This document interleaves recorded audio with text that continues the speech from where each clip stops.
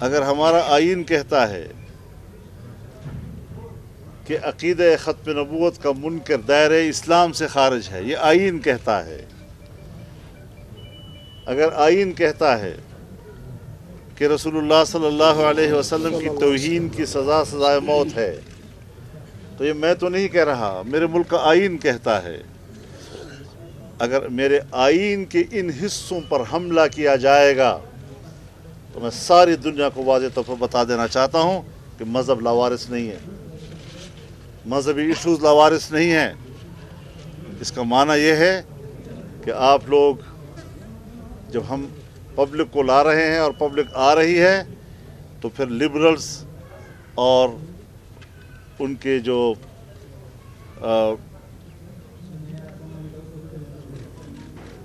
Mafia ہے ان کے چراغ بجھ جاتے ہیں،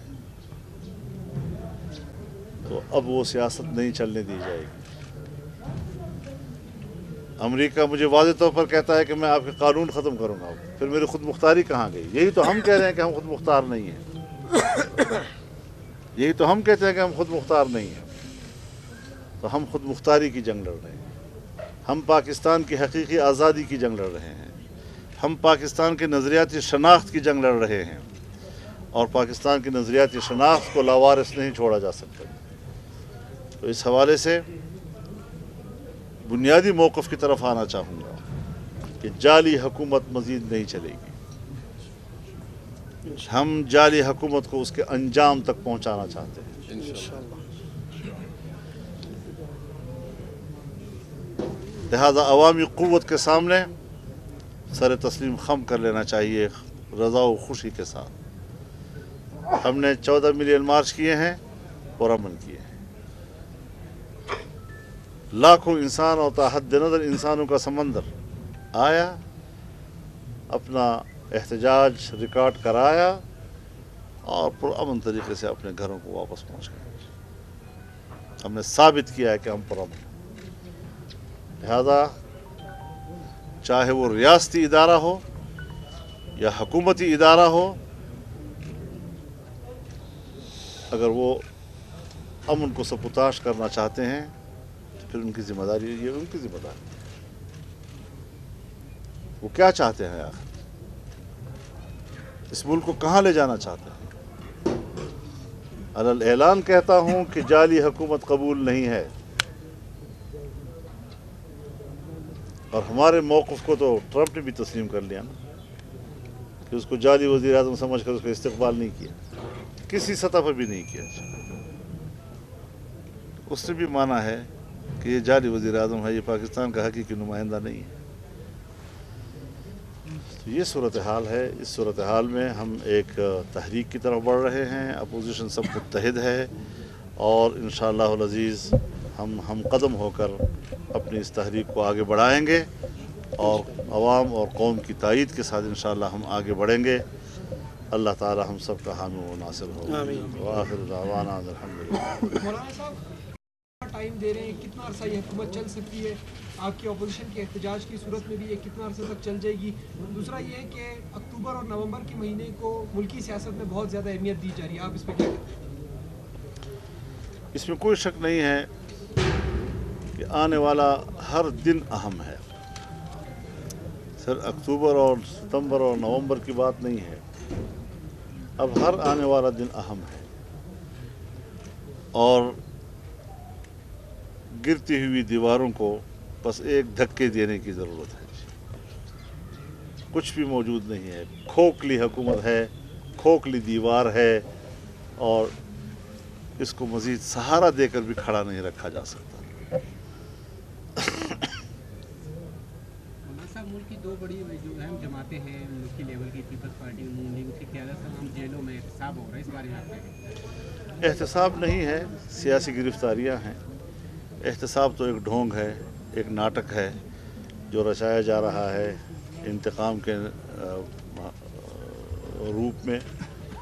اس حوالے سے عدم اعتماد ہوا ہے۔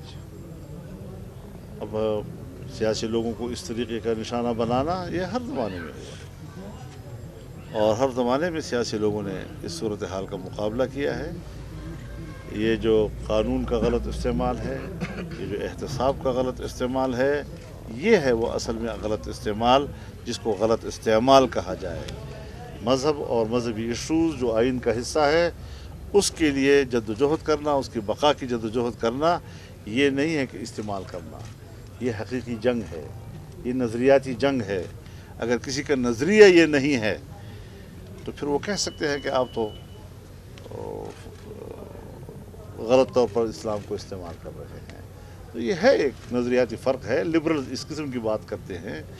ایک مسلمان یہ کہتا ہے کہ میں نبی کا مداح ہوں، میں اس سے محبت کرنے والا ہوں، اس پر جان لٹانے والا ہوں، لیکن گھر بیٹھ کر آرام کے ساتھ اس پر حملے ہو رہے ہوں ہر طرف، اور ناموس رسالت کے مرتکب لوگوں کے بارے میں فخریہ کہا جائے کہ ہم نے اس کو چھڑوا دیا، اور مذہبی لوگوں کے بارے میں فخریہ کہا جائے کہ ہم نے ان کو گرفتار کرا دیا۔ یہ ہے پالیٹکس، یہ ہے پاکستان جس کو ہم نے اسلام کے نام پر حاصل کیا تھا۔ تو اتنی آسان جنگ نہیں ہے کہ اس کو اتنا ہلکا لیا جائے، اور میں پورے میڈیا کے ساتھ، ان کے ذمہ داران کے ساتھ ان کو اپیل کرتا ہوں کہ اپنے گفتگو میں سنجیدگی پیدا کریں اور اس موقف کو وزن دے جس کے ساتھ ہر آئے روز لاکھوں لوگ وابستہ ہو جاتے ہیں۔ تو یہ چیزیں جو ہیں انتہائی اہم ہیں۔ باقی عام آدمی پہ جو گزر رہی ہے، ہم عام آدمی کے ساتھ شانہ بشانہ کھڑے ہیں اور ان کی آواز بن رہے ہیں، ہم ان کے ترجمان بن رہے ہیں۔ آج تو ہر جگہ، جس جگہ پر بھی ہمارا کوئی ساتھی کھڑا ہے تو دوسرا آدمی کب ان سے ہماری جان چھڑا رہے ہو، کب اس مصیبت سے ہماری جان چھڑا رہے ہو، لوگ منتظر ہیں اس کے۔ اس حوالے سے نوشتہ دیوار پڑھ لینا چاہیے۔ مولانا صاحب، چیئرمین سینٹ کے حوالے سے یہاں پہ جو اقتدار کی جماعت ہے ان کے لیے کہ چیئرمین سینٹ کو ہٹانے سے جو ہے بلوچستان میں احساس مرمی پیدا ہو، تو متبادل بھی تو بلوچستان سے ہے، وہ بلوچ نہیں ہے، وہ بلوچستان کا نہیں ہے۔ عجیب لوگ ہیں آپ۔ سر، ان کے کہنے کا مقصد ہے کہ آپ کو قربانی دینی چاہیے۔ یہ فیصلے جو ہیں سیاسی طور پہ ہوتے ہیں، یہ پارٹیز کی بنیاد پر ہوتے ہیں، اور اس کو علاقائی کارڈ کے طور پر یہ ہے وہ استعمال کرنے والی بات کہ علاقائیت کو سیاست کے لیے استعمال کیا جا رہا ہے، قومیت کو سیاست کے لیے، اس کو کہتے ہیں استعمال کرنا۔ موجودہ چیئرمین کی سونے کے پر لگے بلوچستان، اس چیئرمین سے بلوچستان کو پر لگ گئے ہیں۔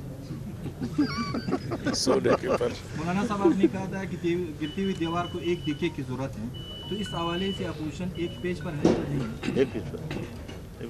مولانا صاحب، کیا آپ کو یقین ہے کہ جو دو بڑی سیاسی جماعتیں ہیں وہ آخر تک آپ کا ساتھ دیں گی؟ یقین ہے مجھے، کوئی اب سے اضطراب آپ لوگ پیدا کرنے کی کوشش نہ کریں۔ بلاول بھٹو نے ابھی امریکہ کے دورے کے پر اس کو اپریشیٹ کیا ہے اور وہ آپ کے بھی اتحادی ہیں، تو آپ کیا سمجھتے ہیں کہ وہ یو ٹرن تو نہیں لے رہے؟ اس نے اپنے واپس آ کر 25 تاریخ کو جو جلسہ کیا ہے اپنی پوزیشن واضح کر دی ہے۔ موجودہ حکومت سے بغاوت کا اعلان کیا۔ نشریات پر پابندی عائد ہے جی، جو مختلف سیاسی رہنما ہیں مختلف جماعتوں میں، جیسے مریم نواز صاحبہ ہیں، ان کی نشریات پہ پابندی ہے، مطلب ان کی پریس کانفرنس وغیرہ آن ایئر نہیں ہو سکتی۔ اس حوالے سے آپ کیا کہیں گے یہ جو پابندی لگی ہے؟ اسی سے آپ اندازہ لگائیں کہ آزادی کدھر ہے آپ کی، میڈیا کب آزاد ہے، اور جب میڈیا آزاد نہیں ہے تو اس کی جنگ بھی ہم نے لڑنی ہے، آپ لوگوں نے نہیں لڑنی۔ آپ نے صرف سوال ہی کرنا ہے ہمارے اوپر بس۔